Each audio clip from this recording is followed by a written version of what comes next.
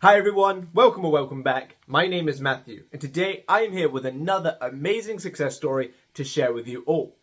The last one was so well received that I decided to put up a poll asking, is it too soon to post my next one? And so many people were saying, no, it's not too soon, come on, get it out, we love hearing them. So here I am again today with this one. I've chosen this one because the way that I coached this person and what we worked on was slightly different to what I worked on with the other person in the last success story. So for the sake of variety, I thought, why not go for this one?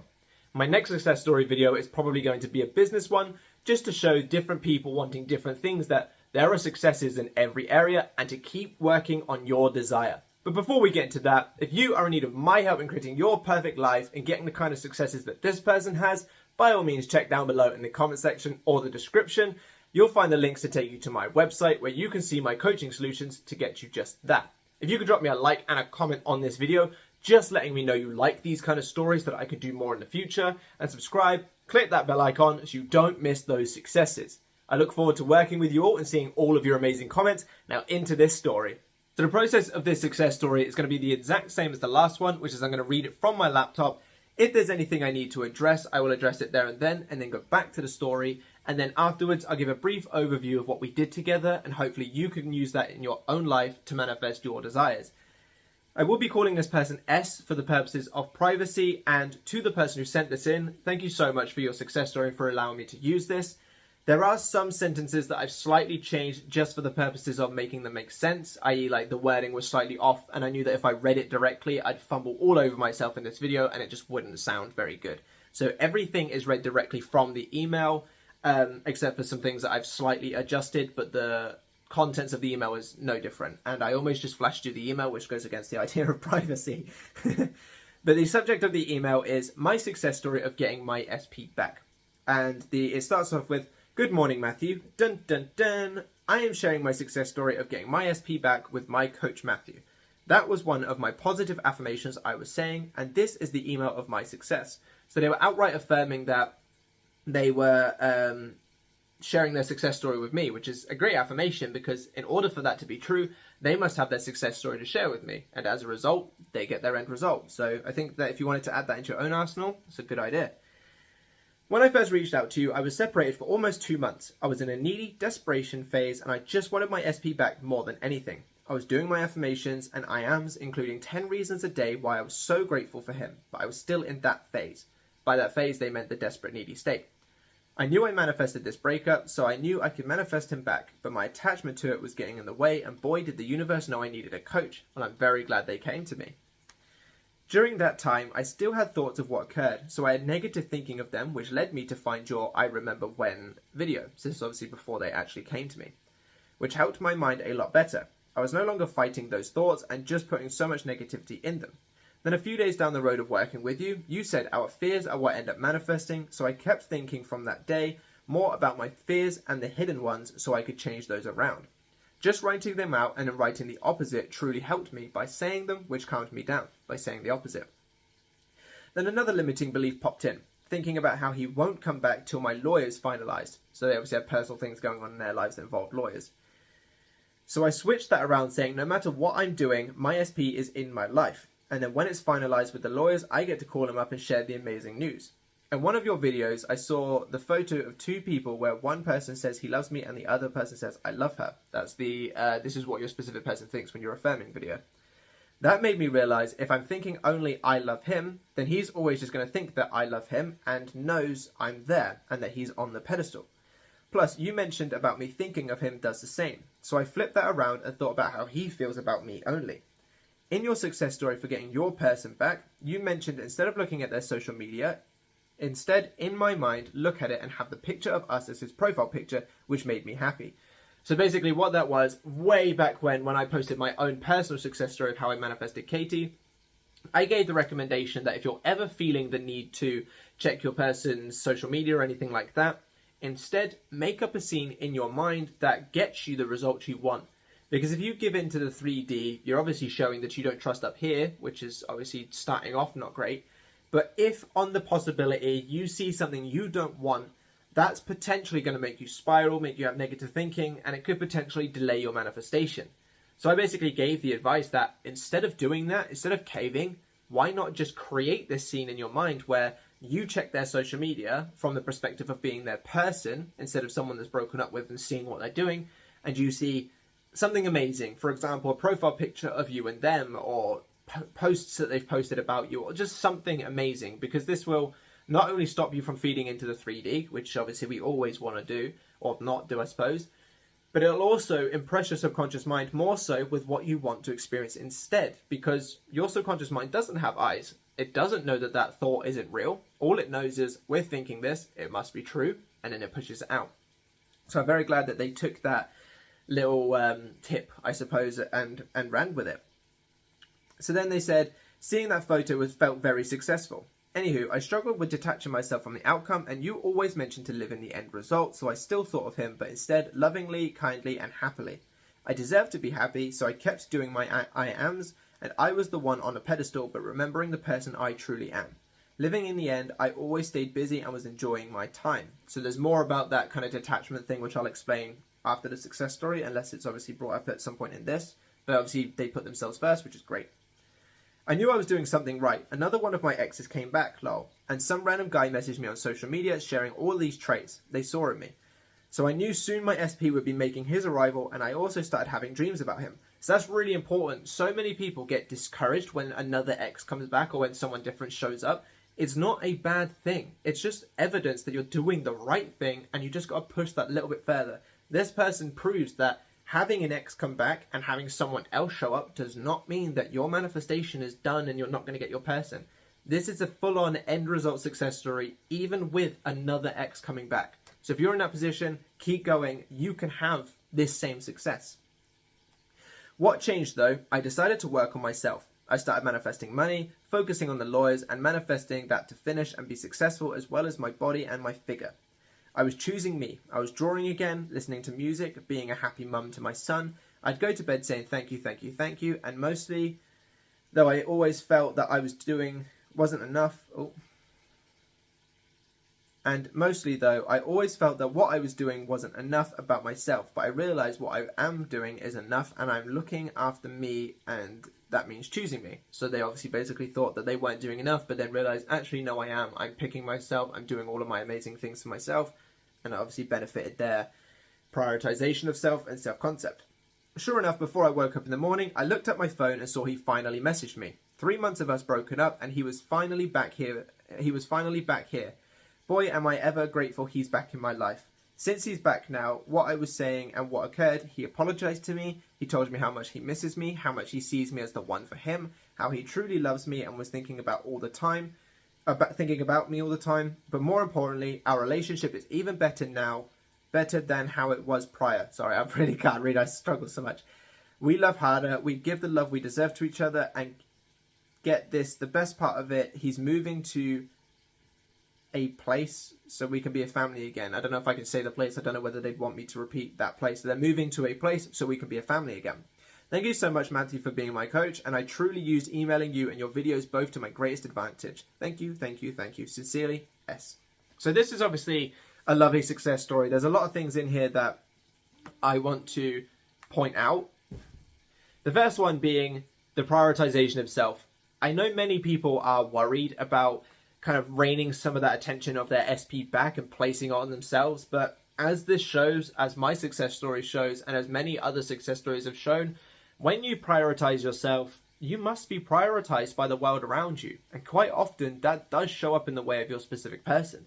When you start treating yourself the way that you want your person to treat you, often they will come back and treat you that way. But remember, you're treating yourself that way because you prioritize yourself and you know you deserve it, not just as a weird way to get them to come back, because then you're not prioritizing yourself, you're still prioritizing them, you're just going about it in a different way. But like she says, she came to me in quite a desperate, needy state, really wanted her person back, and that's fine. We've all been there, and there's never any judgment in that regard. But what we did together, we worked on that attachment, we worked on that outcome dependency and the need for this person in order to allow her to prioritize herself and take some of that energy back. So the way that we did it was I gave 2 recommendations of how people generally will find that they can overcome outcome dependency and overcome that need for a desire. The first one is prioritization of self, which she obviously did. When you prioritize yourself, when you start treating yourself that way that you want to be treated, quite often, you don't start looking externally to be treated as such. Many people who are very desperate for their specific person or quite obsessive find that it's because they miss the way that this person made them feel. And that's perfectly normal. That is perfectly understandable when you had such a strong relationship with someone. But it's because of that, I don't feel this way without them, that you then start clinging to them. When you're in need of something, you don't have it. So if you feel not good enough because they don't want you, you're saying I'm not good enough. When you say I miss them, you're saying I'm not happy without them. All of these things are what put that need for this person out there and make it so that sometimes you can get quite stuck. So the first thing that I recommended to this person was start feeding yourself what it is you want from them. If you want prioritization, prioritize yourself. If you want love, treat yourself with love. Go do the things you enjoy. Be your own person again. If you want happiness, do what makes you happy. And start really working on building all of this stuff up. Because yes, having a specific person is a bonus, and by no means do I think that you should live single because why would you need anybody else? Because that's not true. Most things that you get from a person, you can provide yourself first. Most things that you would desire a person to provide for you or to make you feel, you can do that yourself first, and then when they come in and give you that extra amount, it should just be a bonus and not filling the void. And this is exactly what this person did. Like she said, she started drawing again, started doing all the things that she enjoyed, and started putting herself first, and then before she knew it, he came back. Now the other thing which I recommended, and I'm not 100% sure if they did really take this on board because they didn't mention it in their success story, but they might have done, and that is the why would I care method. Now, manifestation almost feels like a contradiction. You know, everything about manifestation feels like it's the opposite of what it should be. So many people think you need to do the most to get your result, when it's quite actually the opposite. So many people think that you need to love, invest, like mentally all of your energy into your person. And sometimes it can actually quite be the opposite. And so the why would I care method almost seems the complete contradiction, but it's actually one of the best things that I ever learned about my own process, and one of the best things that many people that have worked with me have utilized. Now, like I said, I don't know whether she specifically did, but I did recommend it, so I'm going to recommend it to all of you guys too. Why would I care? This is great for removing that attachment. When you're attached to something, you basically say it's this or nothing. You're basically saying, I need this thing, and as a result, I'm going to do the most to get it. When you're in that kind of state, what do you think your subconscious mind is being fed? I don't have it. I need to do all of the work. I need to push. I don't get it unless I do the work. All of these things that most likely won't get you your desire, but if on the small chance you do, you're going to be constantly working trying to get this desire. You're going to be constantly the only one reaching out and the only one doing XYZ because you've created this assumption that you need to. Think about people, for example, that feel that no matter how much they work, they just seem to never get money. They work harder, they seem to have something that takes that money away. It's the same thing because they have it in their mind that the harder I work, yeah, I get more money, but I need to work harder to get that money. And as a result, they keep having to work harder. Very similar thing here. But the why would I care method takes all of that away. And this is something that I use myself. So if I start feeling myself over invested in something, if I feel myself reacting just that little bit too much than I should, because I'm human and I react as well, just as this person would, just as you will as well, I'll ask myself, why would I care? If I notice that I have a day or two without having any clients and I start getting a little bit like tingy about the fact, will I be able to pay my bills? Why would I care if I don't get clients? I know that I'm always going to have more money coming in. Why would I care if I don't get clients? I know that the bills are going to be paid regardless. And I just tell myself this thing after saying, why would I care? Because when you say, why would you care? You're sort of doing this psychological trick to basically say, it's all good. And if something's all good, doesn't that must mean that you'll get all good? If you're saying to yourself, why would I care because, and an insert positive thing, not only are you removing the need for it because you're saying it's cool without it, but you're also providing something that says, because I'm going to get it anyway. If your subconscious mind believes you're going to get it anyway and that everything always works out in your favor, doesn't that mean that everything's going to always work out in your favor? I think so. My successes have been of such. Like I said, any of you that have watched my Manifest My Success story with Katie, my Manifested My Ex Back video involving Katie, I completely butchered that sentence. The day before I got Katie back, I said, if I get her, great. If I don't, I'm all good. Most people would be scared to say that because that's almost saying I'm not going to get them. But that level of acceptance is what removes that attachment. When you say, if I don't get them, it is what it is, what's there to fear anymore? What's the fears? If you can come to acceptance of, there's no fear. Like she said, one of the things that we worked on was her fears, and then she started working on them, and it made her feel better. Fear is the expectation of something that hasn't even happened yet. What's the opposite of fear? Courage, bravery. In this instance, what's the bravest thing that you can do? Accept you may never get it. So, if fearing an outcome gets you a negative outcome, being brave and accepting it must, by association, mean that you don't get that outcome. Which means that when you accept the negative thing and just allow it to pass, you are not recreating that negative. And this is why she got such a quick success story. She came to me, I believe, at the beginning of March, and this success story came in, I think, like last week or like 5 days ago or so. So 2 months of working, and then like within a couple of weeks of working with me, got her success because she put in the work and worked on those fears, accepted the negatives, worked on herself, and allowed that desperation and need to remove. Because when you're in need of something, you don't have it. That's why you're in need of it. So if you can work on yourself and no longer need it, and furthermore, no longer care about it, to a degree that you can say, why would I care? That shows that not only is it no longer on the pedestal, because you could literally just go without it, but you're also saying, I don't need it, which then allows you to sit in the end result much easier without that inner feeling that many people talk about of like, when I say this thing, I feel uncomfortable. That's because you're so desperate for it. You're so used to not having it that saying you have it feels uncomfortable. So there's that which really benefits you. Coming to that that end result of if I have it, great. If I don't, it is what it is. While simultaneously prioritizing yourself is just a wonder recipe for the end result. Because one thing that I also say as well, which doesn't reference in here, but one thing I also say, apologies for the creaky chair, is dominant state is a percentage, not a quantity. You don't need to do exactly 100 thoughts a day, and out of that 100, at least 51 need to be positive.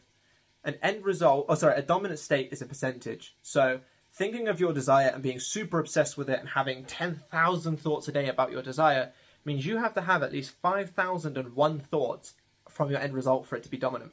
But having 10 thoughts and only 6 of them needing to be dominant is a lot more achievable, a lot less stressful, and a lot less exhausting. This is why you may have noticed that sometimes the things you don't care about manifest almost instantly. There's no opposing story. There's no constant negative thoughts. It's just, I'm thinking about my mum, boom, she calls me. Oh, I'm thinking about having a free coffee, boom, it arrives. But when it comes to your specific person who broke your heart, you have all of this story, this need, this desperation, and all of these things that are just constantly getting in your way.